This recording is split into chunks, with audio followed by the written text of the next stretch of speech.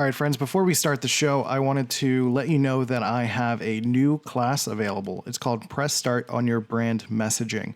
This class is designed, it's Zelda theme, and it is designed to help you develop your message through a messaging algorithm that I give you through the course of your journey. We have to pick a character, we have to pick a path, we pick what victory looks like. And then we start talking about some very serious stuff in terms of navigating through the wilderness of entrepreneurship or freelancing. And then we come across the big boss battle of dealing with the drama triangle and challenging and going through to the empowerment dynamic. Then we develop your message, and you can use that message at networking events and be able to give your one sentence elevator pitch and say like, I help X do Y. And the people are like, oh my God, that's great. That's fantastic. How do I learn how to do more of that? So go to bit.ly/start message to press start on your brand messaging right now. Go do it, please. I love you. Okay. Hey everybody, C.NOTE here, and welcome to Dopamine, the show that is like throwing a chair out a window. Manly. Today on the show, we're going to be talking about what it means to be a grown-ass man, especially in this modern day and age, at the end of the teens of the 2000s.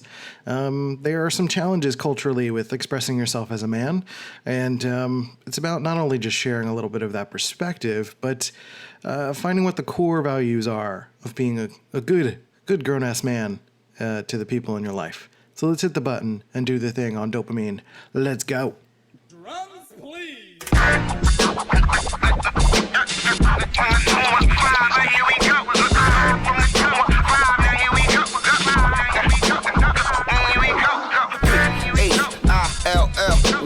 North, west, south, west, side, right,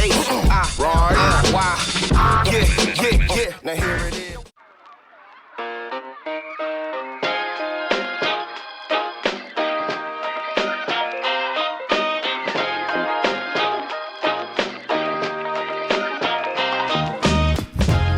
Hello, friends. C.NOTE here. How's it going? You doing okay? I hope life's good. I hope everything is doing okay. I'm going to actually change the mode on the microphone here. Maybe speak a little closer. Oh no, that's too low. Hold on. We're doing this live because, I don't know, this is the life that we live. Actually, okay, that's better. All I needed to do was just change the gain on the microphone. We were doing a coaching call. That's why the microphone was crazy. The microphone was hot. Everything was hot. It was too hot. Too hot in here. It's not hot anymore. It's starting to get cold out here in Rochester, New York. It kind of goes from summer to winter real fast. We're pretty far north, so that's just sort of what happens. Today I want to talk about, I didn't really have a transition. I don't know, I'm just bantering. Today I want to talk about what does it mean to be a grown-ass man? And, being a man, being masculine, being honorable, protective, all of those things that come with being a man, there's some core values there that I think a lot of men would understand and can agree upon, and there are some really great resources that are trying to help men be better men in the way that they know how to be men. But some of the challenges exist today where a lot of masculinity is under fire because there have been a lot of poor representations of masculinity being put out there in the world. And it can be this massive challenge to just be any type of man sometimes when you're kind of having discussions with someone who is kind of at the extreme end of feeling like they need to, tear down any sense of masculinity. And really what this episode is for, or who this episode is for really for men and women, anyone out there who is trying to understand what value men bring to the table. And because men are inherently valuable, we exist, we're here, like we provide something to the ecosystem of existence, to humanity. And it's really easy to come up with a bunch of excuses and reasons why men don't need to exist. Like, we could totally make babies without men. we can, we can totally build businesses and do things without men. And that's very true. Women can do a ton of great things without men involved. But it doesn't mean that you shouldn't have a world that men don't provide value or exist and provide different perspectives or provide different sources of strength, different senses of integrity. And these are aspects where these are things that it's not an either or situation. And I think that's what I'm really trying to get to, is speak to this idea that it's not about, we need to have a world of women leading and a world of men leading things, but it's about this sort of integration a little bit more. And I think we're not talking enough about how men bring value to the world. Good men bring value to the world, whether it's in like a large, big picture sort of frame or in the smaller sense with family and being fathers and being uncles and cousins and things like that, and being people that really bring something of value to the world. So this is an expression of an article that I wrote on dopamine.life, if you want to go check that out. And it's about saying that these days that it's a challenge to be proud of being a man. Like, I love my masculinity. I love who I am as a person. And it's easy to get caught up in the whirlwind of political and social media, the religious aspect of social media drama too, with either side, men defending themselves and saying like, not all men, or, women being particularly hateful towards men because they feel like now they deserve it, that they're able to be hateful or degrade men as a result of them feeling like they've been degraded over, or have been, not saying just feeling, but you know what I mean. And it can be easy to feel like being a man is an inferior trait these days. And I guess more specifically, I'm talking to a lot of men who are on more of the progressive side of things, who feel like they need to be less of a man to be more of a man, right? So it could feel like being a man today means being less to make room for others. That, all right, my time is up. I'm canceled because I'm a cis white guy, right? Or something like that. I would beg the opposite of men, that it's more of a time than ever for you to be a powerful version of yourself. And what I mean by that, it's about instilling positive moral values in yourself and honoring and working with partners and people, and not just making yourself lower, right? It's the same thing as like the white privilege discussion. It's like, it's not about telling white people that they shouldn't be utilizing their privilege to help people or to make their lives better or anything like that. It's like, for a white person to just like drop everything and put themselves into a situation that someone else is already dealing with is not really helping anything. And it's the same thing with men. If you feel like you're lowering yourself to what you feel someone else is, then not only is it insulting to say that you're acknowledging, not only acknowledging, but feeling like you have to interpret what their situation is and lower yourself, quote unquote, to that. But it's insulting to yourself and to the ability that you have to make positive change, to be wonderful and protective and have a sense of strength and perseverance, honor, reliability, bring creativity to the table, and growth. These are all amazing traits that men can bring to the table. So what does it mean to be a grown-ass man? So we're going to talk about a few simple concepts. And the three concepts we're going to talk about here are basically what I feel makes a man. There's probably more to this, but I feel like these are three things we can talk about: honor, creation, and strength and growth. I think those four things are really important to think about as a masculine person. Honor.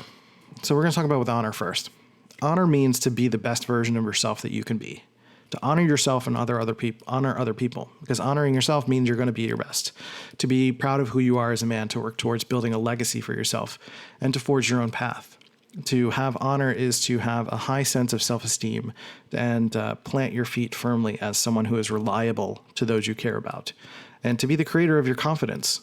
from the inside out, to commit to what you set out to do and hold your head up high in the face of difficult challenges, and really honoring who you are as a person, but doing that in service of other people, not necessarily for other people, but they get a byproduct of you becoming a better man and honoring yourself as a person, being confident, being lovely, being wonderful, being strong, allows for the opportunity for you to, lift other people up, whether that's literally or metaphorically, right? So honoring yourself, doing the best that you can to be the best version of yourself that you can.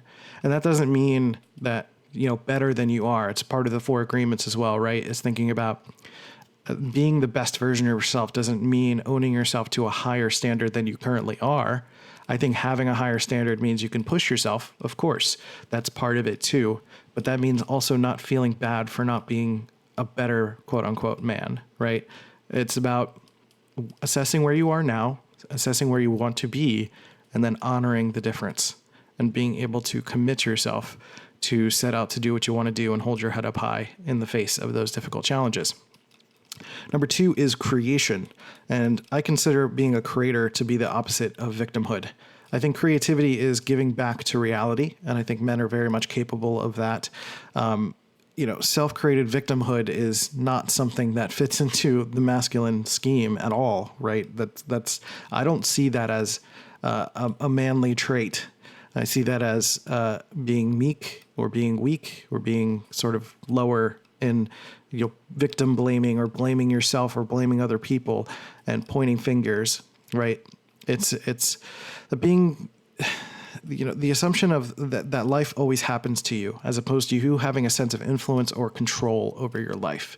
That's what being a creator is. To be a creator is to trust those around you to be teachers in your life, to consider feedback from others, but to not be beholden to that feedback. Like, you're accepting it. You're seeing them as coaches and challenges in your life. Everyone is a teacher. But at the end of the day, you are the creator of your future, your desires, and your destiny. And I think men provide a very important piece to the cycle of life. And while we should honor the women in our lives for the amazing work that they do in creating life, we can't diminish our role as a creator of life. Like, you can't have children without the seed of life. And while there's a lot of jokes about men just doing the grunting for 10 minutes and then it's all over, 10 minutes if you're lucky, there's a lot of easy jokes that you can make about that. But I think anyone with a sense of integrity, any man with a sense of honor, and any man that is able to contribute, sometimes there's circumstances that don't allow it, including my own, that you are still going to be a part of that. You are going to be providing sometimes financial assistance. Sometimes you are providing, the air cover and the ability for your wife to rest in ways that she needs to do a little bit more now that she's pregnant. And all of those things that you are an assistant to creativity. You are not just a bystander. You are not just a one squeeze and it's over. I think that is part of the contribution of being a creator, is not just being an accidental creator, but you are a part of it. And it speaks for men who are nurturing other their partner's children as well, or someone that they did not literally create, right? That they are a part of instilling values and being a positively, developmentally positive person in someone's life. And that I think generally of creativity is giving back to reality by combining your experiences into new forward-facing ideas. And I think that is really important for us to continue to think about beyond the idea of just like physically doing that in terms of sexually and reproductively. But there are many ways to be a creator, and none of that involves just letting life happen to you. And I think that is why being a creator is important. Part of some of the core values of being a man is that you are giving back to reality. You are contributing. You are not just someone that is waiting for a girlfriend to land in your lap, literally, or you're not just waiting for happiness to come to you. You are not expecting external things to make you happy. You are working towards building happiness for yourself. and giving back to reality and giving back to people as a result of that, right? You are not just the butt of an 80s joke of a sitcom dad who comes downstairs and they're like, da, da, da, da, da, what a douchebag, right? Like you are important. You are more important than that.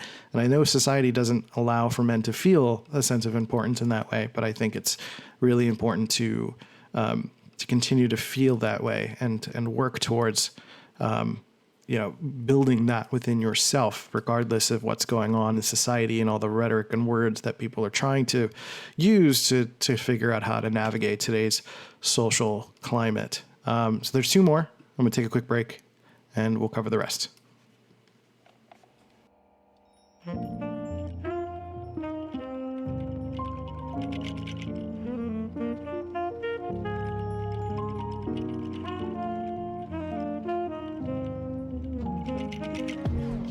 All right, welcome back.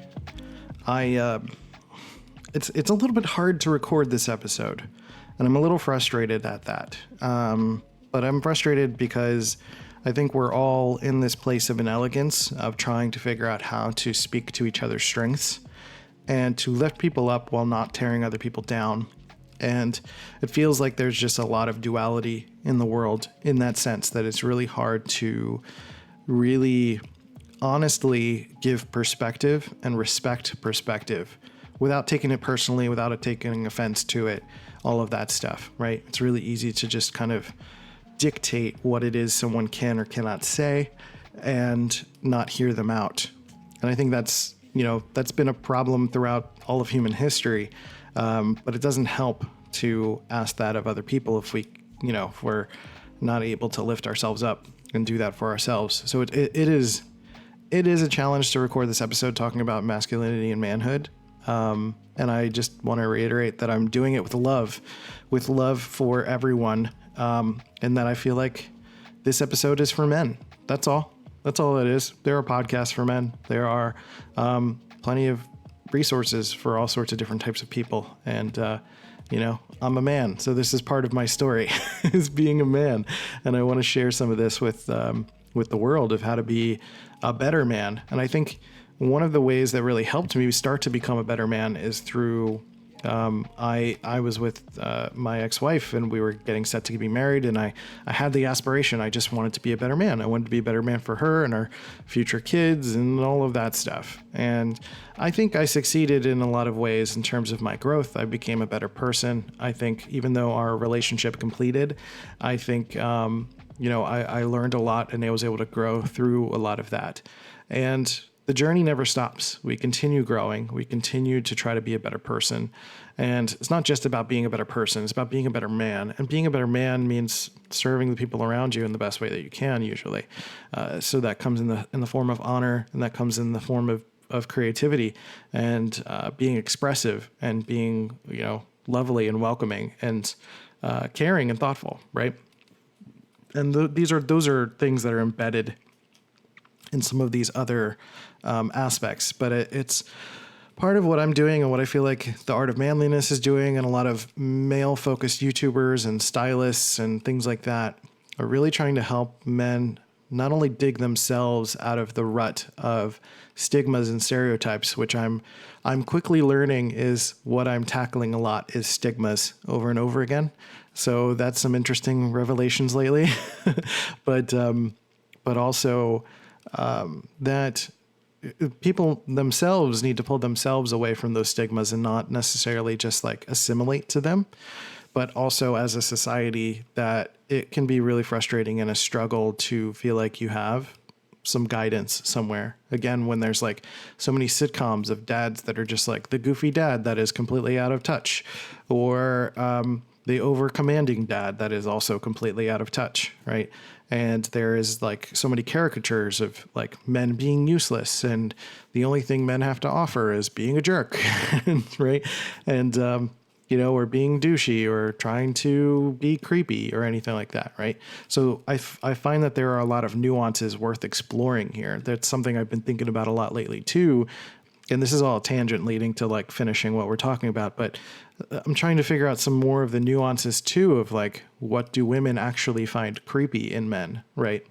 Like what is the definitive line there? Because as those conversations sort of expand, it can become really easy for those definitions to get muddled. It's the same thing with like talking about white supremacy or nationalism or whatever, right? It's really easy for someone who is just expressing themselves as a white person to be conflated with being a white supremacist because they're just simply defending who they are as a person and saying like, I don't appreciate that someone's calling me this. And they're like, you're a white supremacist or you're racist or whatever, right? In either direction.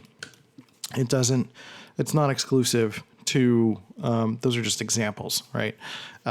So at the end of the day, I think it's about hearing out perspectives, but also doing your best that you can to be a better person. So, anyway, stigmas, that's what I'm trying to help avoid, that you don't fall victim to one, or that, you don't let, culture sort of try to dictate who you should be and make you meek and less of a person. So I want to touch on the last two sort of pieces of the four kind of components of what it means to be a man. We already talked about the first two, which is honor and creation. And the number two is strength, or number three, sorry, is strength. Strength is synonymous with masculinity, typically. It's the willingness and ability to move forward, typically. It's a little bit of courage in there, too. But that could be the physical movement of objects, persistence in finishing a creative endeavor, or a sexual expression. Strength can often be a sexual expression for men.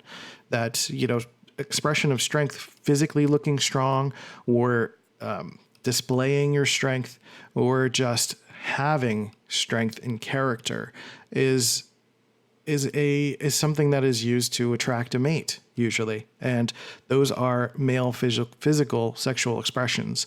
And again, it can be tricky because like sexual expression is typically for men is like exclusively for the David Beckhams of the world, right? I think there is a lot of expression opening up around so many different body types and different identities, and I think it's all amazing. But I would not want to leave men behind, especially like there's a lot of jokes about like dad bods and stuff like that, and it's like men are still trying their best, and there are plenty of men who are trying their best. Some who are not. This is not an excuse for the men who are not, but as the ideas of body positivity spread and expand, there are definitely situations where men have a body type that does not end up in a sort of lean expression of themselves, right? Like you can be physically strong, but be kind of like lumpy, I guess, for lack of a better word. And that can be really frustrating because, you can see that sort of body type and it's easy to dismiss that and not take them seriously, right? So while strength is not unique to men, it's definitely a natural driving force for men to be stronger, bigger, faster, better in every way in service of our sexual expression for attracting a mate and feeling confident in ourselves and establishing trust that you're with us and that you're emotionally and physically safe with us, right? Like it's about, a lot of women seeking taller, bigger, stronger men in service of making them feel physically safe. That's still very much the case. It doesn't have to be the case. Like my girlfriend's nearly 6 foot tall. I'm 5'4". She's definitely a capable woman, but there are certain types of aggression that I feel like I'm a little bit more suited to than she is. And I certainly have a natural expression of protectiveness in different ways than she does. She's got that mama bear energy for her kids, definitely for sure. And, I'm looking out for her and I will jump in front of a bullet for her. I will tackle a dude. Like, I don't care. I don't care how short I am. I will handle it. Right. So those expressions of strength, and then physically, even like when in sexual expressions and when you're in bed, like, sometimes there's the sort of aggressive physical sense is very attractive to certain people. So it really depends on what works. But I think generally building strength as a man is a nurturing of the male emotional sexual experience and identity.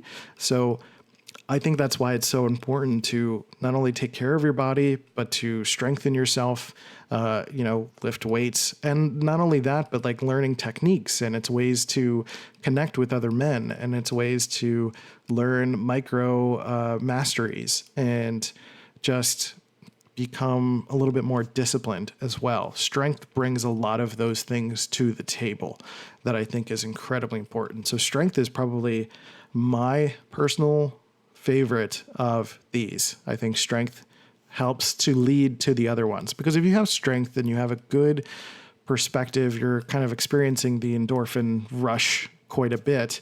I think you're more likely to be at peace with yourself. I think there's like roid rage and all sorts of douches out there that are using strength to mask insecurity, which doesn't help. But that's why all of these are important. It's not just strength, but having honor and having a sense of creativity. And the last one, which is a sense of growth. So for growth, there are many opportunities in a man's life to feel a sense of stoppage or hopelessness. And not being able to attract a partner could be one of those things. A lack of emotional nurturing from the people in your lives, or having a sense of place or status, not feeling or being strong enough, or being brought down by the insecurities of other men around you. I think they're already, status is something that is often looked at as like you shouldn't seek status, but hierarchy is natural to the human order. So that's why a lot of young men end up in gangs, because they end up seeking some sort of structure, whether they realize it or not, So I did an episode many moons ago about the Graves model and spiral dynamics. And a lot of young men who are entering Graves 3, who are kind of leaving their family unit or their tribe of whatever you would like to call that, that they start to enter the world by expressing their individuality. But usually that expression of individuality is in search of some system. They're searching for, they're trying to find what school they want to go to. They want to find what kind of jobs they want to go to. They want to figure out how they are going to fit into society. It is transitioning from the family unit safety of that and going out into the world at large to not only just have an identity, but to slot your identity into something. So slotting your identity into something sometimes can come in the form of entering a gang or entering something that's not going to be healthy or helpful, because there's a sense of status. And sometimes because of the ways that we've been kind of taught growing up that there's an opportunity to move up the ranks in some sort of way, that going into a gang has a hierarchical system into it as well. So there's a sense of status, there's a sense of place, and that can really be not so great for men, but at the same time, it's what sort of can drive men to connect with each other. So I think that's a tricky thing, is the discussion of status, because men seek status. And again, status is another attractor in line with sexual attraction, with honor, creativity, and strength.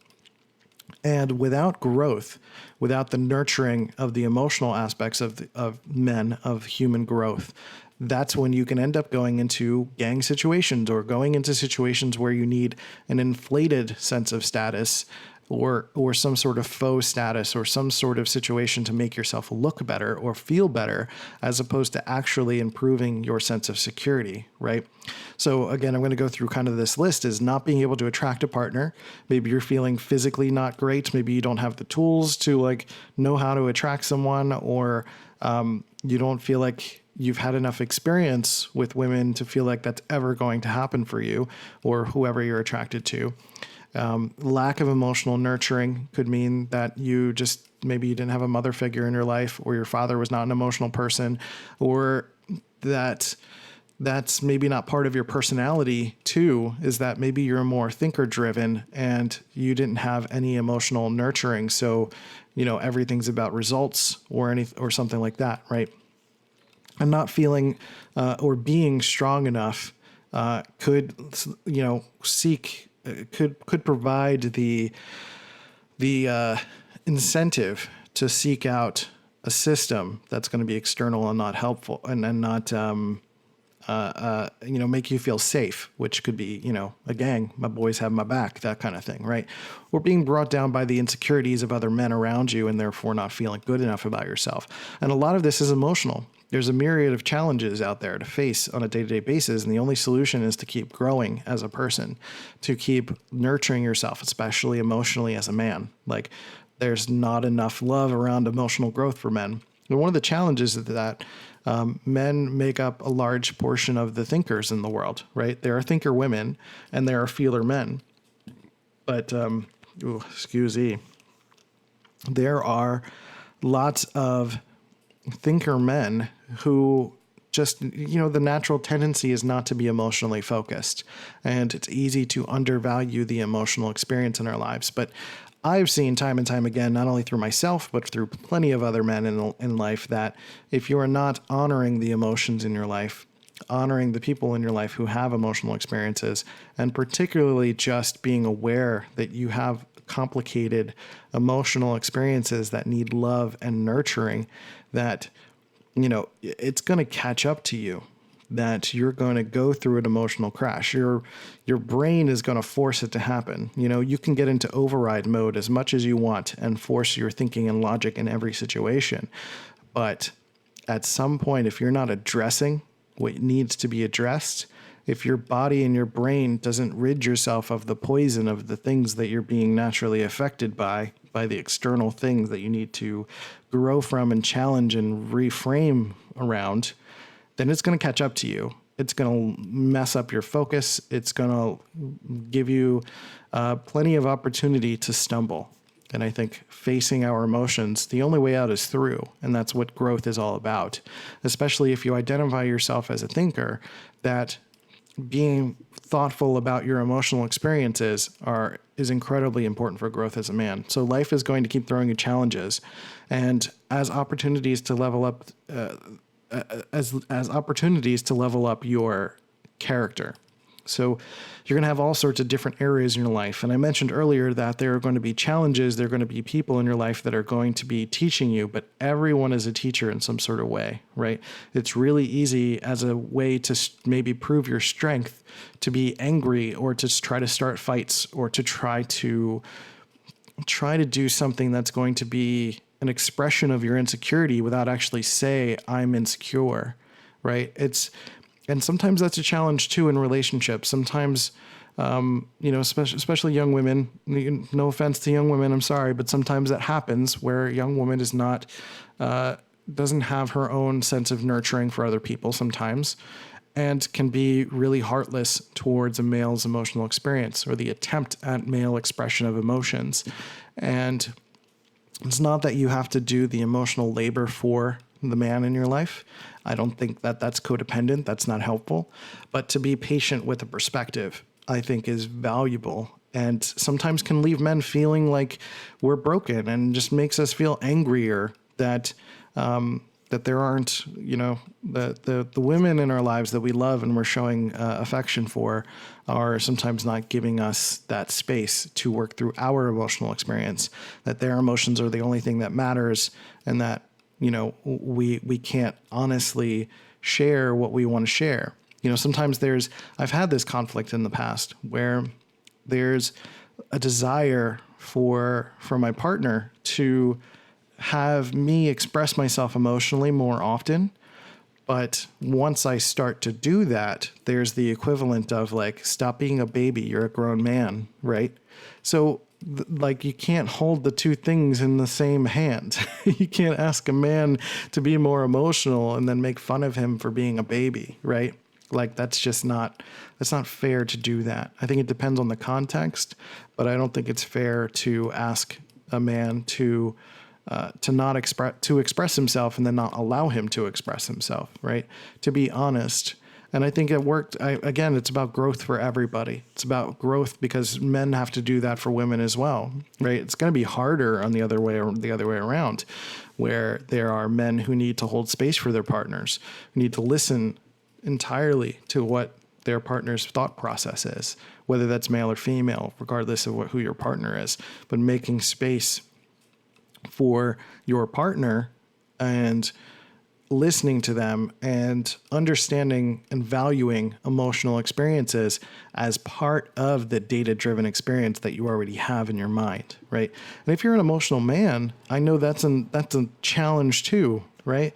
That's a challenge of like you're already naturally emotional, you're connective, or you have a lot of emotional experiences. And you know, there's the Cure song like "Boys Don't Cry," and there's always those.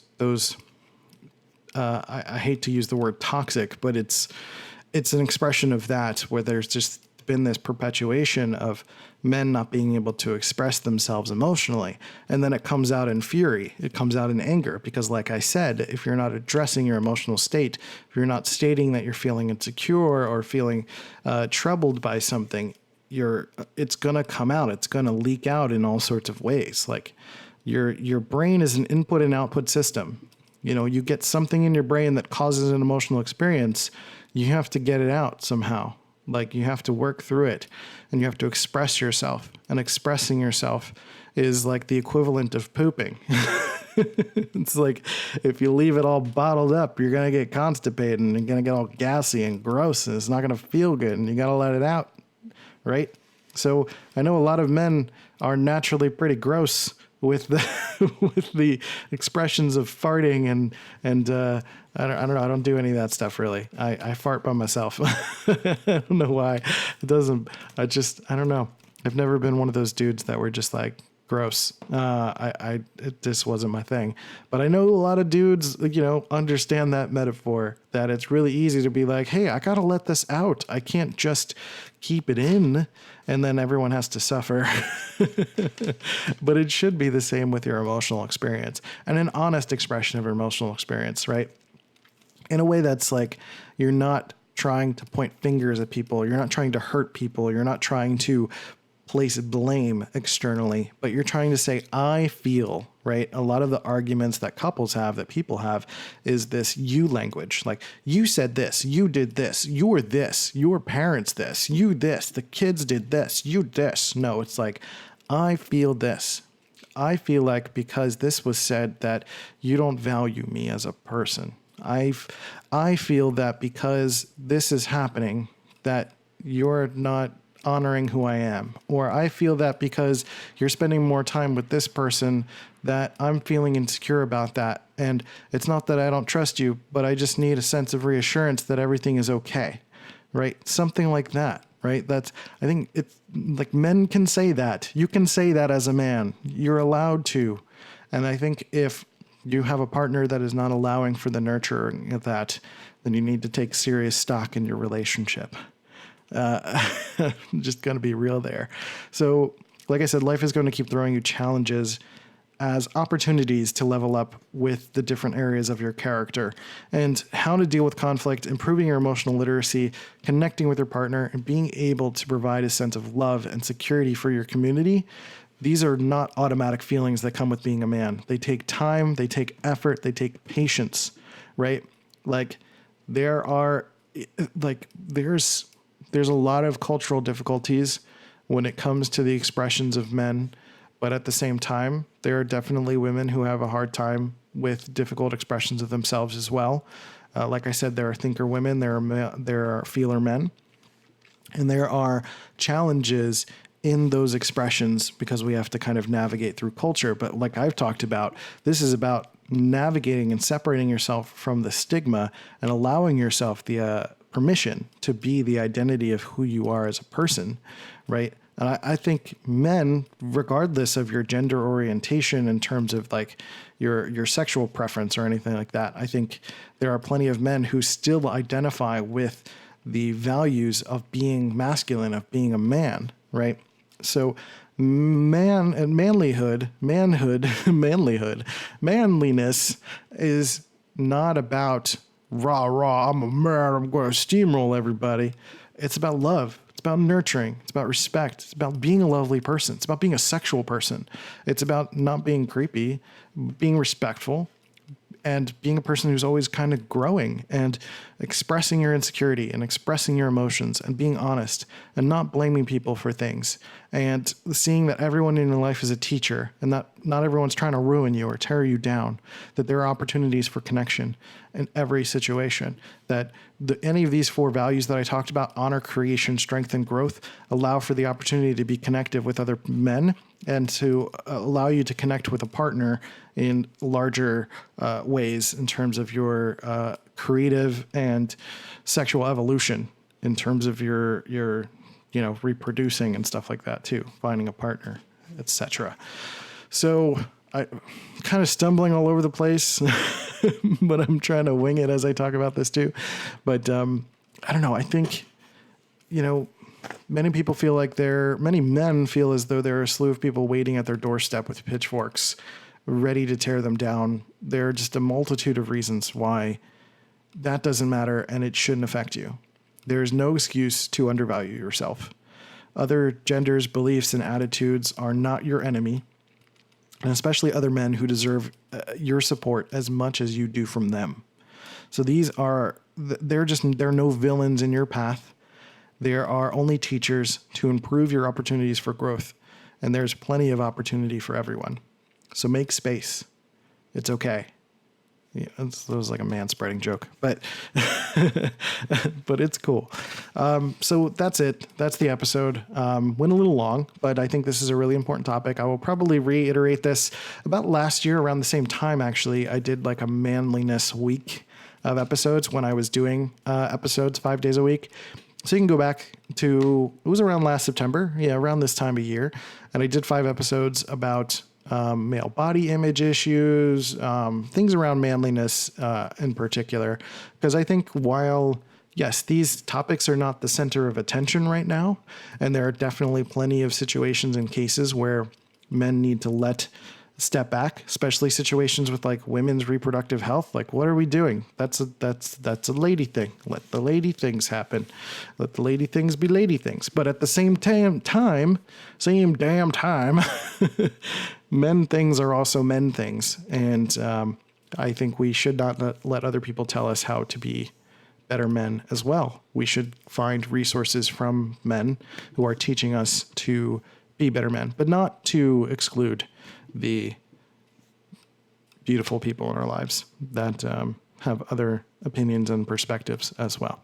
Anyway, I hate feeling like I have to walk on eggshells here, but I'm just trying to make the point. So while it's very easy for me to just say like, hey, back off and not get offended and be controversial, I just want you to hear what I'm saying. That's all. It's about perspective. So if you have any thoughts, honestly, if you're confused, if you feel like you misinterpreted something that I said, or you feel like there's some perspective that you would like to glean from this, or that there was something you learned, please reach out to me at Let's Go C.NOTE on all the social channels, especially Twitter. That's the place where I hang out the most. Leave some love, and you can go to dopamine.life, and there's a community there. So dopamine.life/community, and you can connect. There's forums. You can leave questions, and we can talk one-on-one. We can talk back and forth. And I also implore you in the description, there is a Press Start on Your Brand messaging course that I talked about at the top of the show. There's a free course that is helping you to find your message if you're someone that is trying to quit a job and move on to finding your creative path, finding something where you're going to create something, whether it's being a freelancer or being an entrepreneur, figuring out what the path is. This course is a Zelda themed course. It's an hour and it's free and it's super easy. And it's talks about some core concepts of transitioning from the drama triangle into the empowerment dynamic, learning how to set some goals, what that really means, how to properly do that, and how to pick your path as a freelancer or an entrepreneur, because there is a difference. So go ahead and sign up for that, bit.ly/start message to get started on that. Right now, today, after you listen to this podcast, go there and press the button and get started. Go enroll. That would be amazing. Oh, and at the end of that, there is an offer for coaching with me. So I do creative identity coaching. So if the hour was not enough for you to figure out the concepts on your own, you can work with me one-on-one. You get a $300 discount on working with me. That's a pretty hefty discount. That's like over 50%. So go ahead and do the thing, bit.ly/start. message. All right. Thank you guys for listening to the show. I really appreciate you. Go honor and love the men in your life. I think, men don't get enough love. We're kind of, expected to just do what we have to do. But tell them you love them. Give them a hug. Go call your dad. Call your husband. Go buy your husband some flowers. We like flowers. We do. It's really nice. I don't know if you realize that, but men like getting things. We like getting flowers too, or chocolate or something. I don't know. Let's if you want to end the stigma, then let's reverse it a little. Take some action. Let's do this.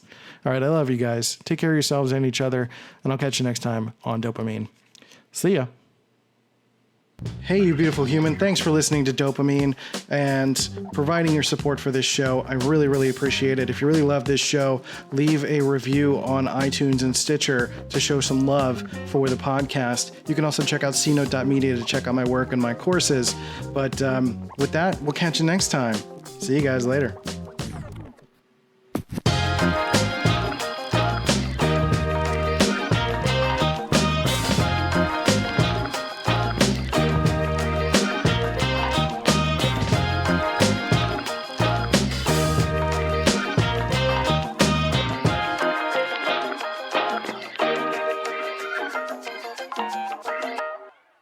This has been a C.NOTE Media production.